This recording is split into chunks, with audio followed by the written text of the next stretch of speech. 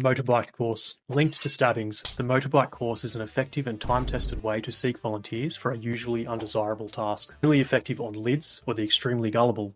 This technique will see usually a sergeant approach the platoon and call for a show of hands of volunteers for a motorbike course. Not wanting to miss out on what intuitively sounds like an exceptionally fun training experience, overzealous diggers will rapidly thrust their hands up in enthusiasm. Now having volunteered and been entered into the notebook, they learn only too late that the motorbike course is actually a stabbing for weekend guard duty. This technique essentially absolves the person doing the stabbing of having to make a choice, and generally gets a good chuckle from the crowd if and when people fall for it.